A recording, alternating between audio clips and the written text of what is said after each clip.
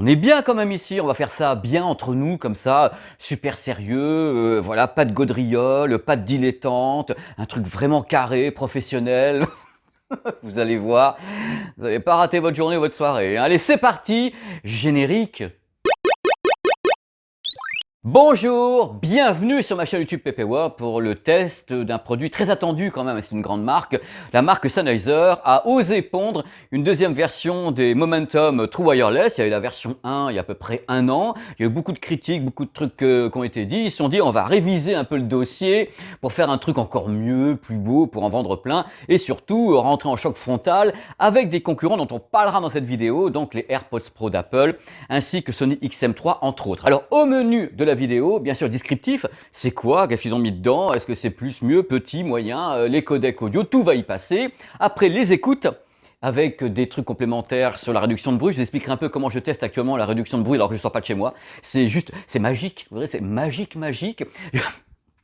Il y aura après les plus et les moins, une petite conclusion. On va bien s'amuser ensemble. Je vais essayer de le faire pas du tout prise de tête parce que c'est pas de la prise de tête ça, c'est que du bonheur, des intras true wireless pour écouter de la musique avec classe, talent, des trucs qui vous prennent bien les oreilles sans prendre la tête et c'est parti. Bon, pour vous mettre en condition, je vais vous donner le tarif quand même, parce que bon, voilà, le tarif, 299 € la petite bestiole. Bon, c'est cher, hein. C'est partie des modèles les plus chers du monde des True Wireless. Alors dans cette vidéo, on va essayer de savoir, est-ce que le prix est justifié ou bien, et qu'est-ce que ça vaut par rapport à ses concurrents. Donc, et avant de commencer, j'aimerais planter le décor un petit peu. Plantons le décor ensemble, là, dans cette vidéo.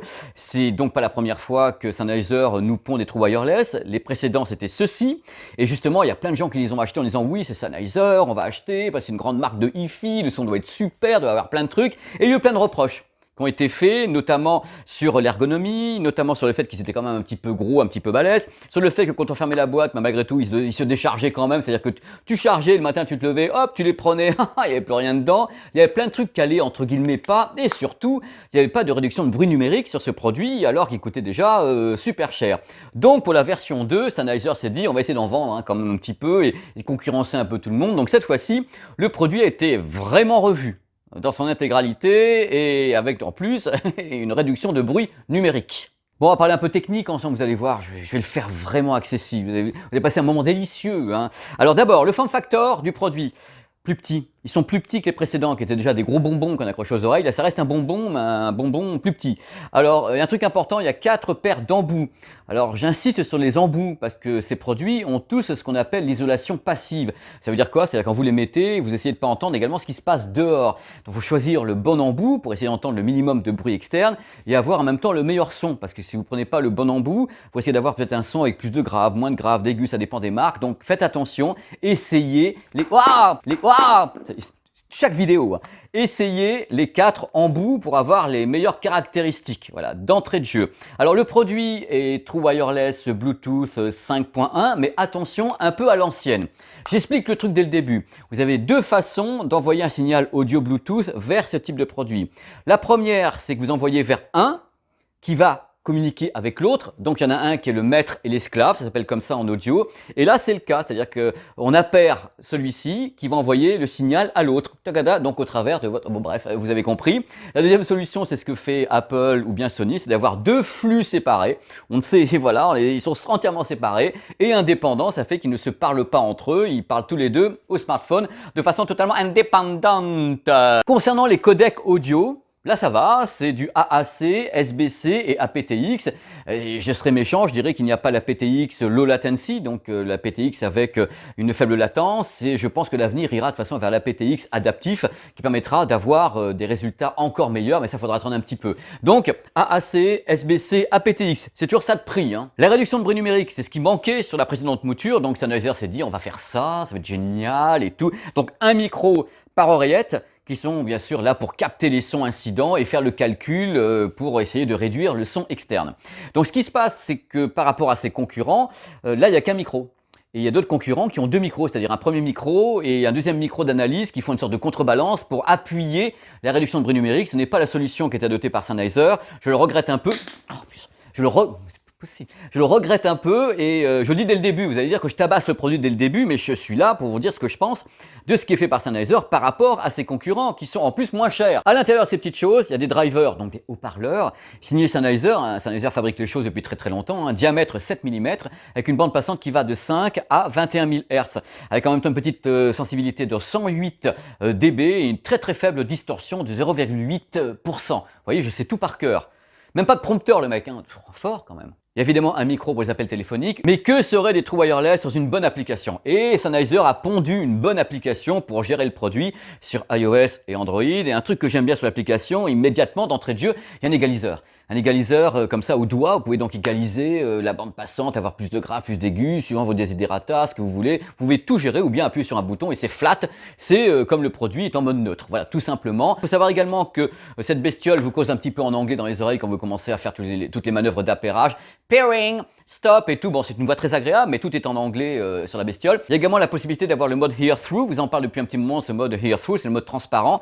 On appuie sur un petit bouton comme ça et vous écoutez ce qu'il y a à l'extérieur du produit sans avoir à l'enlever. Donc une conversation, les bruits de la rue ou un truc comme ça, hop, vous appuyez, Hear Through. Ça marche pas mal d'ailleurs, vous verrez dans les conclusions, c'est un mode qui est bien maîtrisé par Sennheiser. Pour info, il y a également des petits capteurs optiques qui sont sur le produit, donc quand on retire les intras, la musique se met en pause. Grâce à l'application, on peut gérer les surfaces tactiles. Je dis bien tactile, hein, c'est pas des boutons. Quelquefois, je dis tactile alors que ce sont des petits boutons poussoirs. La tactile.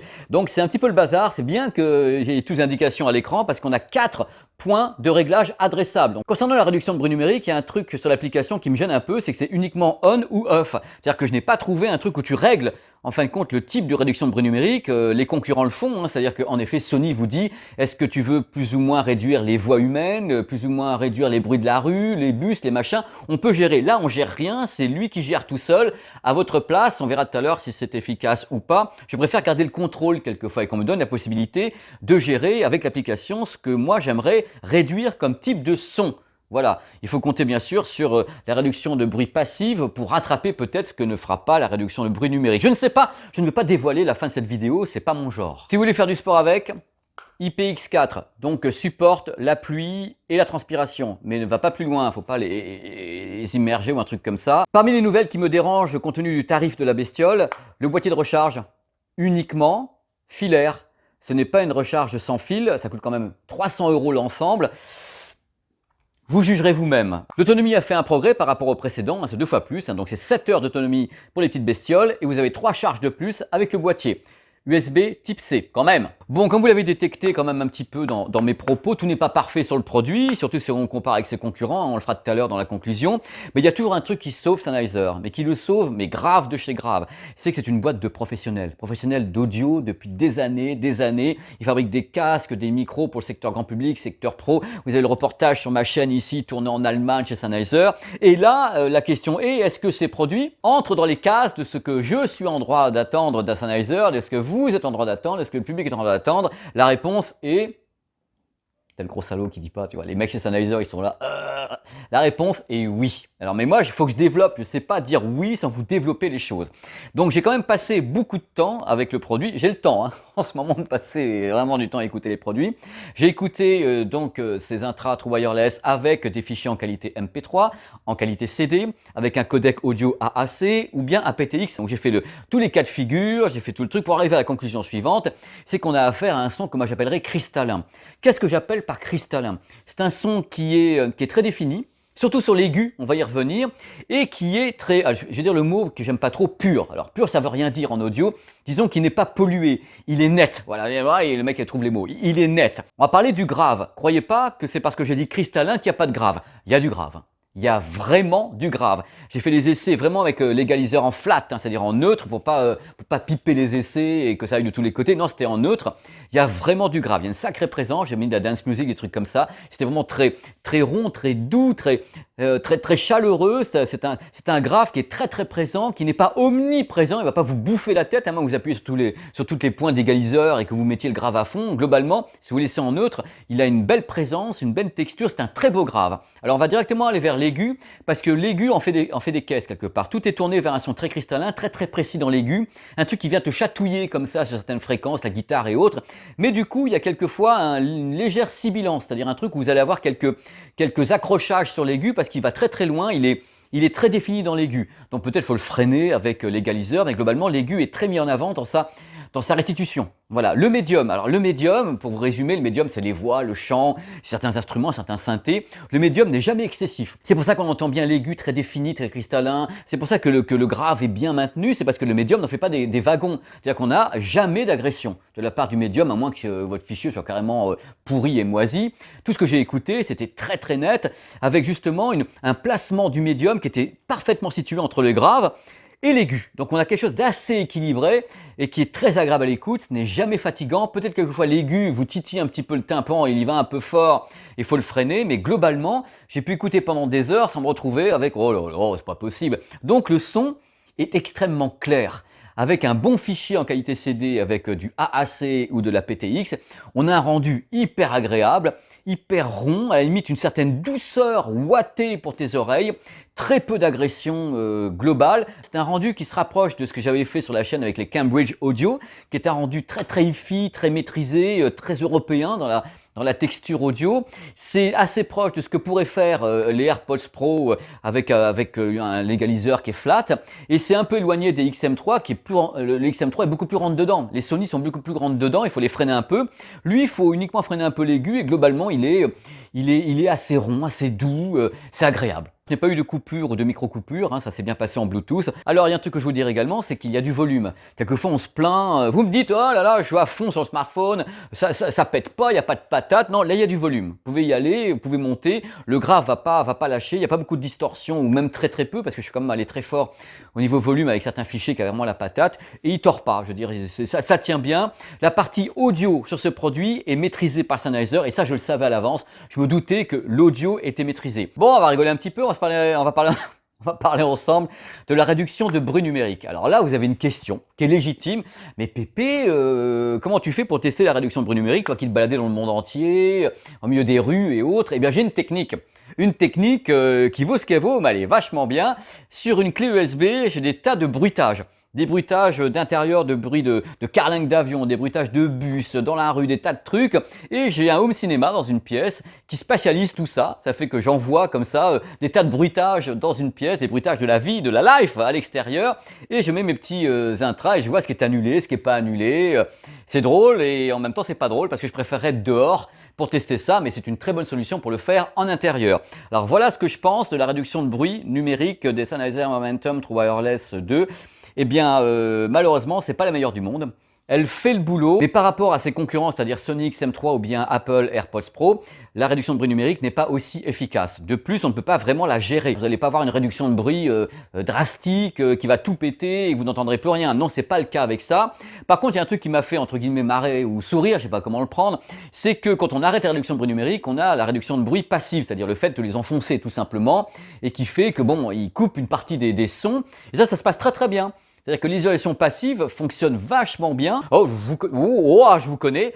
J'aimerais tout de suite faire le distinguo entre la réduction de bruit passive et la réduction de bruit numérique. Alors, la réduction de bruit passive, elle a pour qualité ou défaut de baisser tous les sons. C'est-à-dire qu'en effet, quand vous enfoncez directement les intras dans vos oreilles, vous avez une coupure, allez, on va dire de moins 20 dB, mais de tout ce qui est autour de vous. Tandis que la réduction de bruit numérique est adaptive. En général, elle permet de gérer mieux les bruits à annuler, donc les voix humaines, le bruit d'un bus, un klaxon, un truc comme ça. Donc elle est censée s'adapter à ça. Là, j'ai beaucoup aimé la réduction de bruit passive. Là, on se dirige en effet vers quelque chose qui va avoir son avantage sur la qualité audio, ainsi que la réduction de bruit passive. Un peu comme les précédents. Non, mais c'est pas moi, je l'ai pas dit. Mais je l'ai pas dit. Donc vous commencez à sentir la personnalité de la bestiole, hein. C'est-à-dire qu'en effet, on va maintenant passer au plus et au moins, il y a une petite conclusion derrière, et vous allez voir ce qui se passe. Isolation passive, un son hi-fi propre, riche, clair, un grave très soutenu, peu d'agressivité dans le son, Bluetooth aptX, contrôle sur les oreillettes personnalisables. L'application est quand même vachement bien fichue, mais moins bonne que celle de Sony avec le XM3. Excellente stabilité de connexion en Bluetooth 5, c'est nickel. Le mode transparent fonctionne très très bien. Vraiment, quand on l'active, on entend parfaitement ce qu'il y a à l'extérieur, on peut entendre les voix, les bruits et autres, et hop, quand on repart après, quand on l'arrête, hop, on se recoupe. Bonne autonomie via le boîtier et résistant à l'humidité et à la pluie. Faut que je déconne. Le prix, 300 euros, les concurrents en face sont moins coûteux. Hein. Pas de recharge sans fil sur le boîtier, pas de Bluetooth multipoint, la réduction de bruit numérique, et je vais le faire comme ça, coup-ci, coup-ça. Quand vous installez le produit, ça vous cause en anglais, dans les oreilles, peering, et tout. Bon, on pourrait faire une petite version française tout de même, c'est joli le français. Appel téléphonique, c'est dans la moyenne, c'est-à-dire qu'il ne faut pas qu'il y ait trop de bruit autour. Hein. J'ai fait les essais, même chose avec le home cinéma, avec des bruitages et autres. On entend la voix, mais il ne faut pas qu'il y ait beaucoup trop de bruit autour. Hein. Le système de maître et esclave en Bluetooth, c'est pas mon préféré. Hein. Je préfère qu'il y ait deux flux entièrement indépendants et séparés. Donc chaque oreillette séparée appairée au smartphone. Une fois la réduction de bruit enclenchée, l'autonomie est moyenne, hein, c'est vers 4 heures. Globalement, il y a quand même une mise en avant de l'aigu avec une légère sibilance. Ça siffle un tout petit peu, on sent que c'est... mais c'est pas super gênant. Bon, on va conclure un petit peu hein, sur le produit. Bon, vous avez vu, c'est pas un mauvais produit du tout. En audio, c'est vraiment du Sennheiser, il y a tout ce qu'il faut derrière. Ils ont fait des progrès sur pas mal de trucs, mais ils ont un problème, Sennheiser, avec les Momentum True Wireless Number 2. Ling ling. Leur problème, c'est ça. Le problème, c'est ce qu'il y a en face. C'est souvent le problème, d'ailleurs, c'est quand on est tout seul, c'est facile. Mais quand en face, on a les AirPods Pro et qu'on a le XM3 de Sony, fatalement, il faut justifier les choses. Alors, le truc, c'est que ces deux-là ont des réductions de bruit numérique absolument sublimes, avec en plus une texture audio qui est très très sympa. Celui-ci est très très rentre dedans et peut vraiment avoir du grave, du machin. Il y va franco. Et celui-ci, on peut le gérer un peu plus, il est un peu plus doux, entre guillemets, mais les deux sont des bêtes de compétition. Alors, l'autre qui arrive, qui a des caractéristiques un peu différentes, notamment sur la réduction de bruit numérique, notamment sur le fait qu'on ait encore un concept un peu à l'ancienne d'un maître et d'un esclave, qu'on ait des trucs comme ça, fatalement, c'est un peu plus compliqué. Mais il faut retenir de cette vidéo que la qualité audio est excellente. Parce que c'est ce qu'il faut ressortir de tout ça. C'est une évidence. C'est là-dessus qu'ils ont bossé à fond. L'application est quand même vachement bien fichue. Mais, encore une fois, je terminerai là-dessus. En face, ils ont de la concurrence. Ils ont de la concurrence. Mis à part les fans de Sennheiser qui vont bien sûr se jeter dessus, je parle public européen ou mondial. Peut-être que les gens se diront peut-être plus tralala, et plutôt que... Ah, c'est pas possible. J'arrive jamais à faire une vidéo sur tout faire... Non, faut que je change de métier. Donc maintenant, je vous laisse choisir ce que vous voulez. Vous avez été informés, comme je le souhaitais, par rapport à tous ces petits produits que j'adore, parce que j'adore tester ça, ça m'éclate carrément, parce que les progrès sont quand même fulgurants depuis 2 ans sur les True Wireless, et je pense que ça va continuer à progresser avec des nouveaux codecs, donc la PTX qui sera adaptif, avec la PTX Low Latency. Donc voilà, c'est la fin de cette vidéo que j'ai pris beaucoup de plaisir à faire. Pour vous, j'ai pris beaucoup de plaisir à écouter le produit, à comparer avec les autres, avec les fichiers. J'ai le temps de le faire calmement. J'ai le temps de vous informer, de vous divertir. Allez sur la chaîne, faites un petit tour. Il y a des voyages, il y a des tas de trucs qui peuvent vous changer les idées de tous les côtés. Et moi, je vous dis à très très vite sur ma chaîne YouTube PP World pour d'autres choses. J'ai plein de choses en tête, et plein de petits billets d'humeur parce que vous me posez des tas de questions actuellement, parce que vous êtes prolixe. Donc j'ai beaucoup de questions sur la chaîne, sur Twitter, sur Facebook. Donc je prends en note les questions et j'essaie de répondre par rapport aux envies que j'ai également de faire telle ou telle vidéo plutôt qu'une autre. Donc il y a beaucoup de trucs qui vont se pointer. Portez-vous bien, prenez soin de vous et je vous dis à très très vite sur ma chaîne YouTube. Voilà, allez, ciao!